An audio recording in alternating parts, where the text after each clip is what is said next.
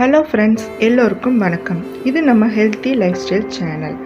இன்றைக்கி நம்ம சேனலில் என்ன ரெசிபி பார்க்க போகிறோம்னா, ஒரு ஹெல்த்தியான சத்து மாவை வச்சு சாஃப்ட் அண்ட் டேஸ்டியான ஒரு கேக் எப்படி செய்யலாங்கிறது தான் நம்ம பார்க்க போகிறோம்.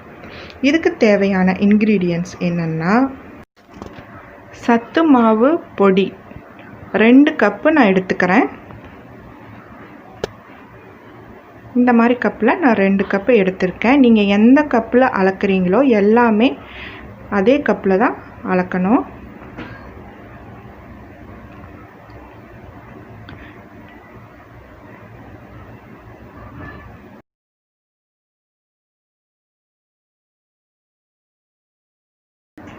நெக்ஸ்ட்டு கோதுமை மாவு நான் 1 கப் எடுத்துக்கிறேன். அதுக்கப்புறமா சோடா உப்பு, அதாவது ஆப்ப சோடாம்பாங்கள்ல, பேக்கிங் சோடா, அது நம்ம வீட்டிலே இருக்குல்ல, அது நான் 1 ஸ்பூன் எடுத்துக்கிறேன், 1 டீஸ்பூன். நெக்ஸ்ட்டு நம்ம வீட்டில் யூஸ் பண்ணுற உப்பு, பொடி உப்பு 1/2 டீஸ்பூன் எடுத்துக்கிறேன். இது டேஸ்ட்டுக்காக.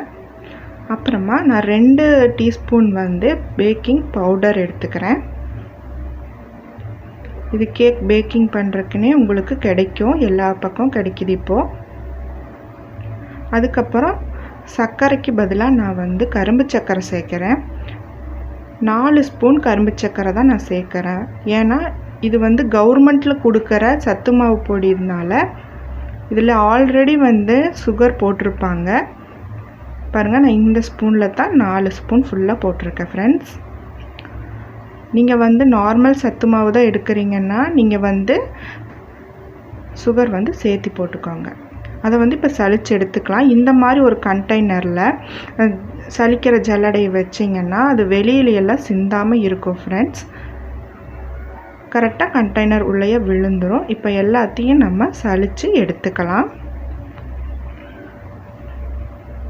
அப்போ தான் கட்டி இல்லாமல் இருக்கும் உங்களுக்கு.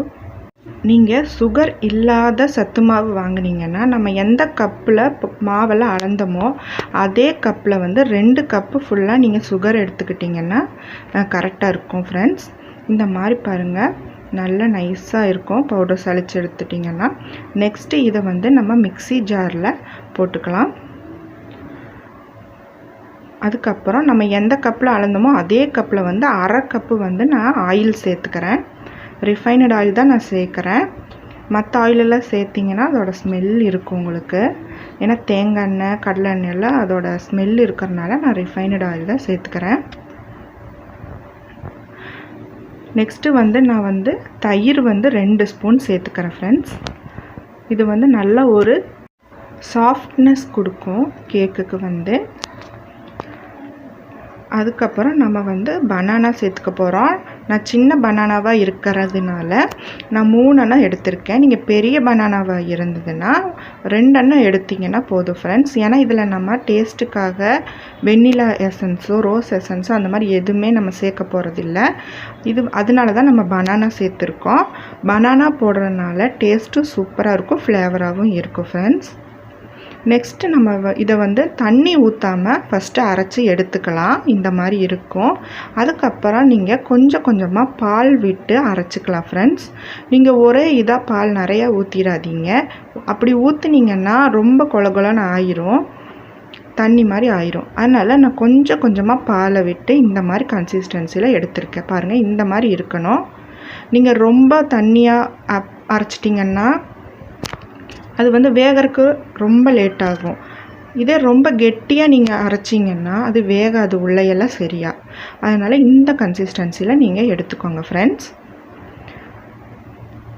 நீங்கள் பாலுக்கு பதிலாக தண்ணி கூடி விட்டு அரைச்சிக்கலாம். ஆனால் பால் ஊற்றுனீங்கன்னா ரொம்ப டேஸ்ட்டு நல்லாயிருக்கும்.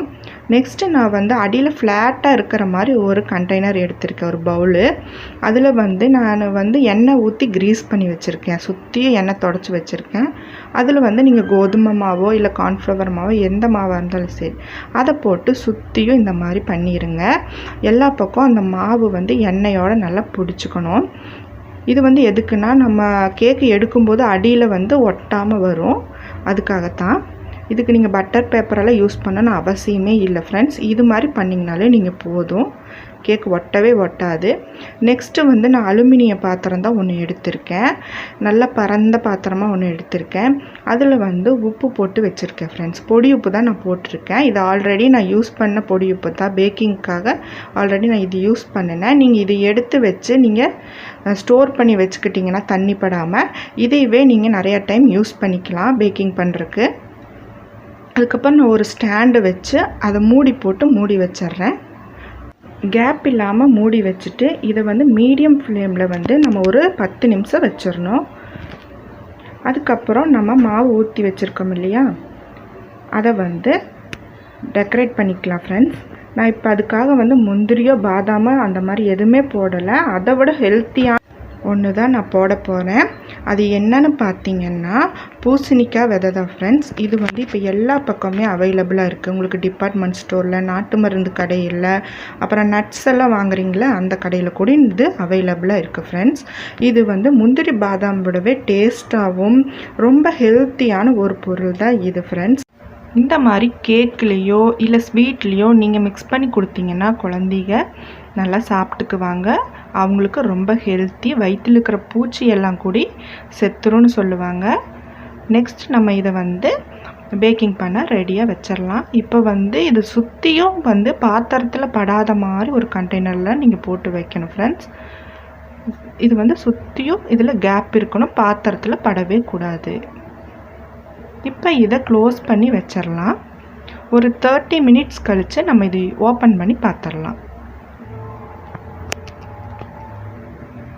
இப்போது 35 மினிட்ஸ் ஆச்சு ஃப்ரெண்ட்ஸ். இப்போ இதை ஓப்பன் பண்ணிட்டேன்னா இதை செக் பண்ணி பார்த்துடலாம் வெந்துருச்சான்னு. நீங்கள் இந்த மாதிரி ஒரு கம்பியோ இல்லை ஃபோர்க்கோ வச்சு கூட நீங்கள் செக் பண்ணலாம். இதை நீங்கள் குத்தி பார்த்தீங்கன்னா அதில் ஒட்டாமல் வரணும் கேக்கு. ஒட்டுச்சுன்னா இன்னும் வேகலைன்னு அர்த்தம். இன்னும் ஒரு 5 மினிட்ஸ் இல்லை 10 மினிட்ஸ் நீங்கள் மூடி வச்சுருங்க. இப்படி ஒட்டாமல் வந்துச்சுன்னா இது வெந்துருச்சுன்னு அர்த்தம் ஃப்ரெண்ட்ஸ்.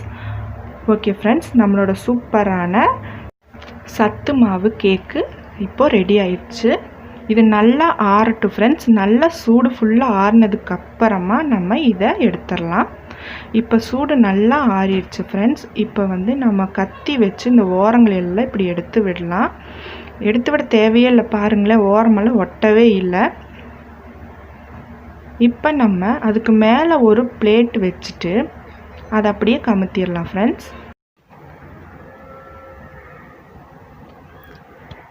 இப்போது இதை நம்ம திருப்பிடலாம். திருப்பிட்டு லேசாக தட்டி கொடுங்க. மேலே லேசாக தட்டினாலே போதும் ஃப்ரெண்ட்ஸ், அது விட்டு வந்துடும்.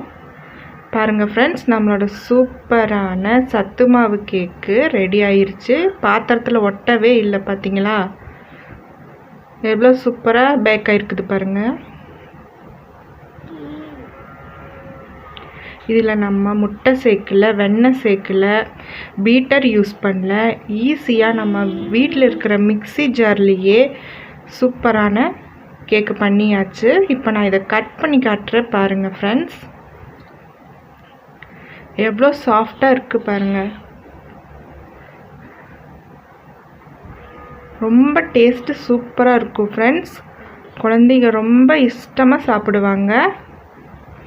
கண்டிப்பாக உங்கள் குழந்தைகளுக்கு செஞ்சு கொடுங்க, ரொம்ப விரும்பி சாப்பிடுவாங்க ஃப்ரெண்ட்ஸ்.